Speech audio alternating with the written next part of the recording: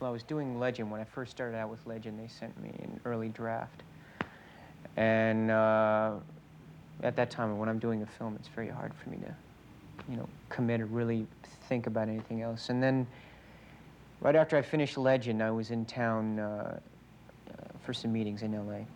And Don and Jerry and Tony Scott, who I'd worked with his brother Ridley called me, and I talked to Tony, and I said okay. And I got involved I just got involved in terms of developing the script, just to see where it went,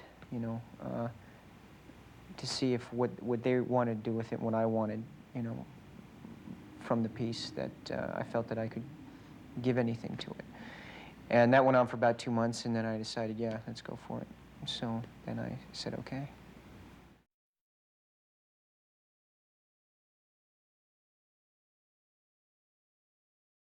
I was looking forward to getting my license. I really got involved. I flew Cessnas and stuff like that. I don't have my licenses yet. It just took a little more time than I had anticipated. But flying in jets is, when I was preparing for it, when we were developing the script, before I told him that I would do it, I went down and flew with the Blue Angels. I mean, I spent a lot of time half the time in San Diego and half the time in L.A., meeting these fighter pilots, getting involved with them, and that was quite an experience. It's like, with the Blue Angels, I didn't have a G-suit or anything like that, too. A G-suit, I mean, it fills up with air. It's hooked into a computer. When you pull so many Gs, it helps to, it tightens up here to force the blood, keep the blood up your upper half in your head. And so you don't pass out or, go to black or you get tunnel vision. So when I went to Blues, he just kind of stuck me in there and he said, okay, touch this, don't touch that, don't pull this, and have a nice flight, sir, and close this thing on me. And I was going, oh my God, what's going on? It was great, though. I had this terrific pilot, Grizz. Grizz, he gave me a ride. Took me about 50 feet off the deck. Now, don't you tell nobody I'm doing this for you now, you hear? I said, all right, man. Let me take over the stick after a little while. I had a good time.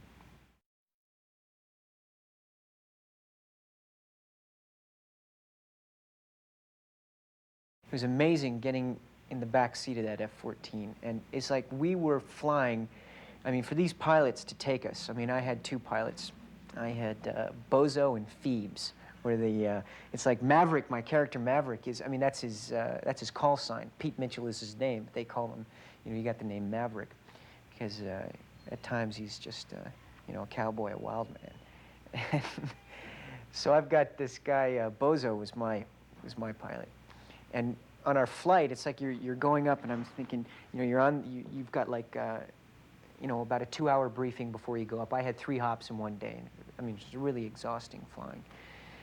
So we had about an hour and a half, 2-hour brief, and then we get in the backseat of the F-14, and he controls the camera, and he's got the tape, a cassette tape of my dialogue, because when we go up, the camera will be set here, and it'll be close up on, a medium shot on my face. You'll catch the edge of my face.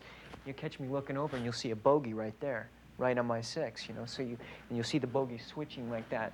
And then they've got it, because I had 3 hops, they repositioned the camera here. So you've got a shot where you see the bogey here, and then crossing over, and you see, you cut to the bogey, crisscrossing over here and coming up over top.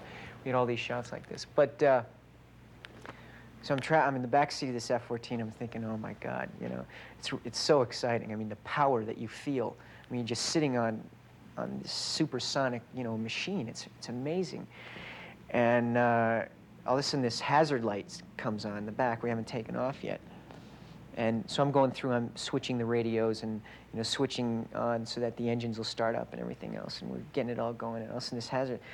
And I'm thinking, oh my, I said, we start taking off, and we're up in there, and I said, hey, Bozo, I said, Jesus, I said, this hazard light keeps flashing. He says, oh, hell, that thing, just turn it off. That thing never works. I'm going, oh my God, well, what does work, So we had a good time.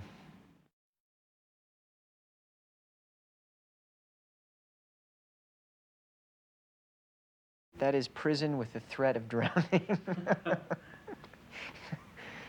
It's an experience that when you're shooting on an aircraft carrier and you're just kind of, in the middle of shooting and you're working all these hours, and then you're, you know, flown right onto an aircraft carrier. I mean, it was, I don't know how those guys do it, you know. I mean, for 9 months they go out in these things. I mean, it's not even up to prison standards, the rooms. And the room I had like, I mean, they gave me a pretty nice room, you know, because I was working, and I mean, we were up really early in the morning and didn't get to bed till, I mean, no one slept on the thing. I've got this, except one of the guys who did makeup, Rick Sharp, has this picture of me. I fell asleep on his makeup case, you know. I'm like crashed out like this, and he took I didn't even know he took the picture. He took this picture and blew it up, and he said, you know, proof that someone got sleep on the carrier. The food wasn't good. I mean, the guys who were good, I had these planes, these, you know, 50,000-pound planes landing on my head all night, you know. And then once that was finished, because they were only out for 2 weeks, the carrier, so they were cleaning and prepping and getting the ship ready. So at about 1 o'clock, when the plane stopped landing, they chose to clean and chip the paint off the front door, you know, with one of these. It sounded like the dentist. I felt like I was in the dentist's office, you know. But it was a time that I wouldn't, I'm glad I went through it, you know. I'm glad I did that. It's, you know, we got some good laughs out of it.